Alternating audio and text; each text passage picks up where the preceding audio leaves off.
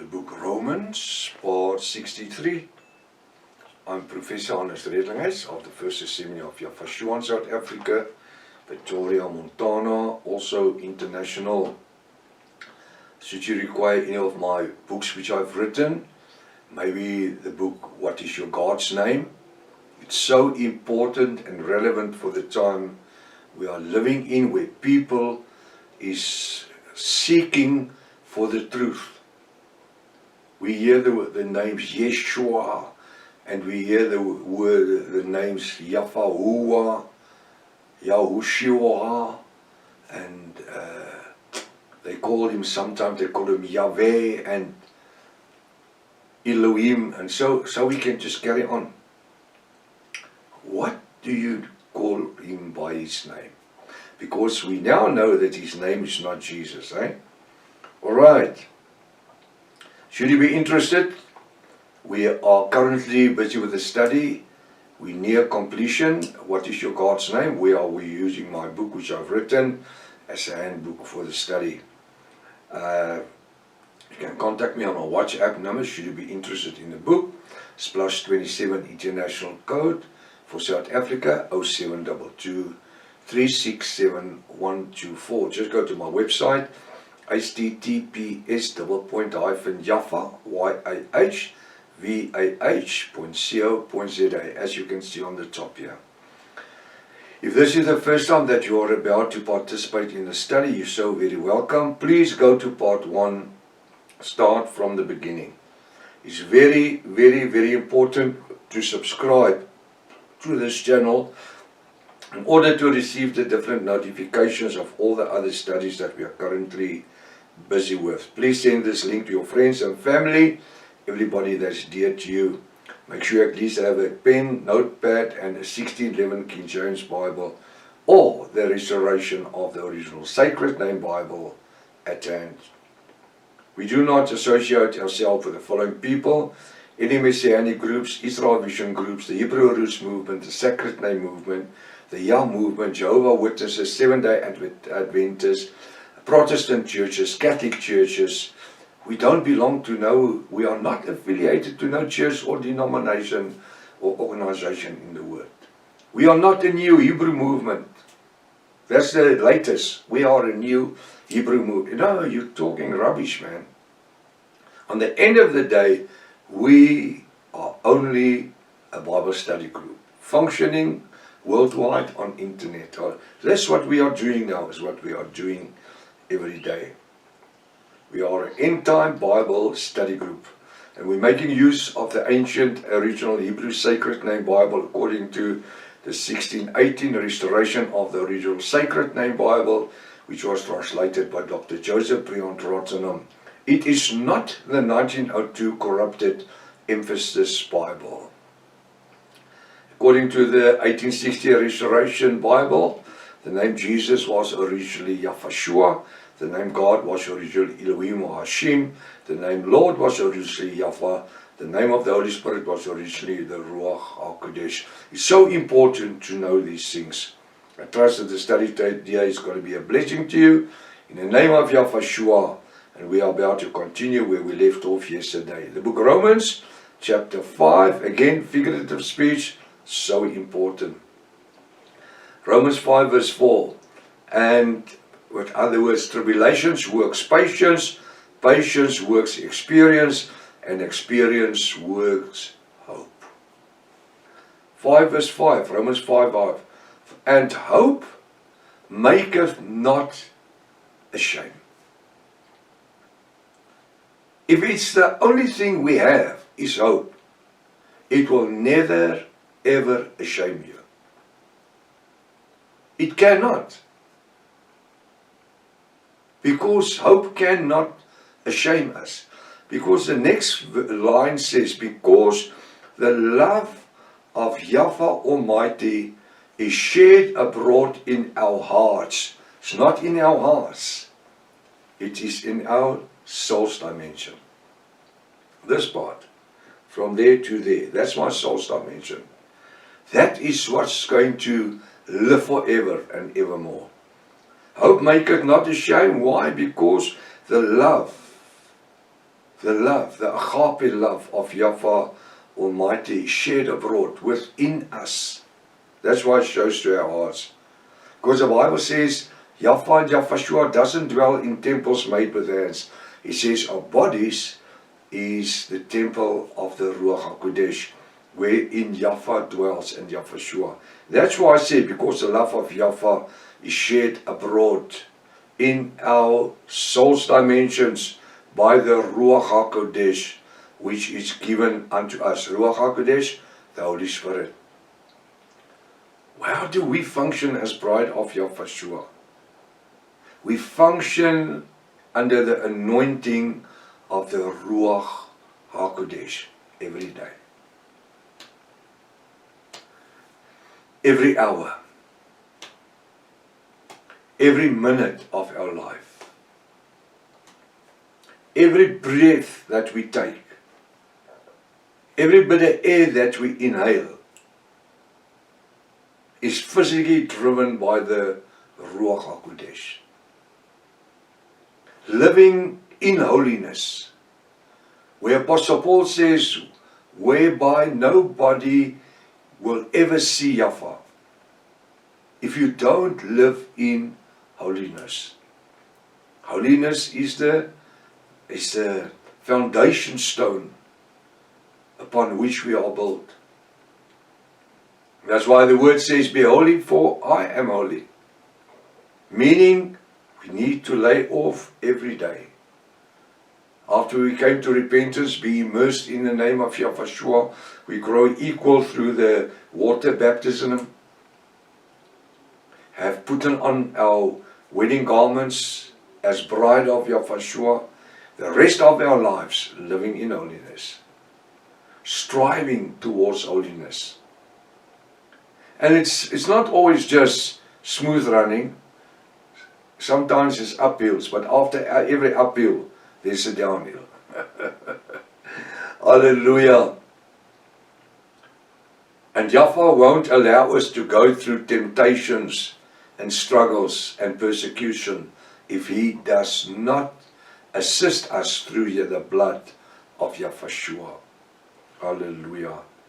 So, Yahweh can never make us ashamed because of His love that's shed within us abroad. And we are driven and led by the Ruach HaKodesh every day.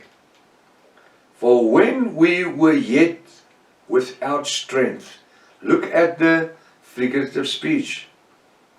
For when we, who today in 2026 are Yahwist, part of the bride of Yahweh, were yet without strength, meaning not how strong I was. We were Gentiles. We were drifters. We were drifting in the world. We had no direction. The word says it's like a cloud that has got no rain in it. Everywhere the wind blows it, there it goes. But it never rains. There's no life in it.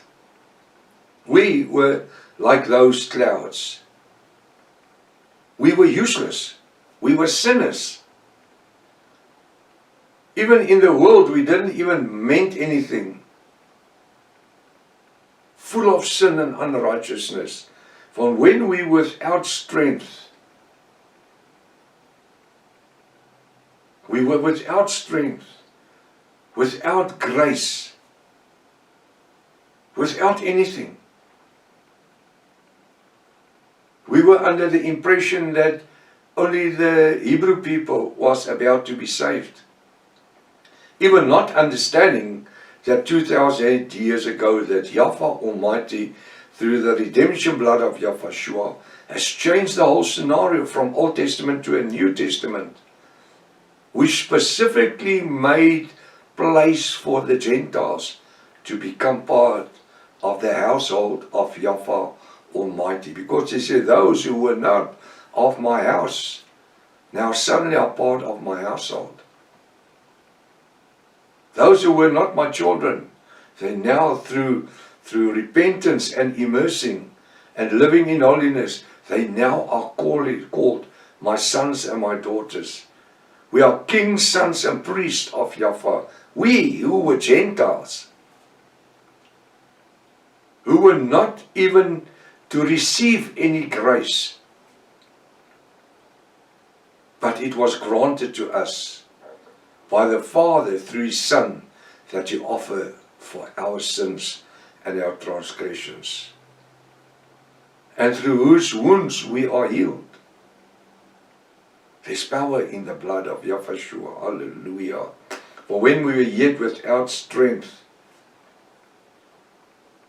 in due time Yahweh died for the ungodly, the Gentiles. He died for the ungodly.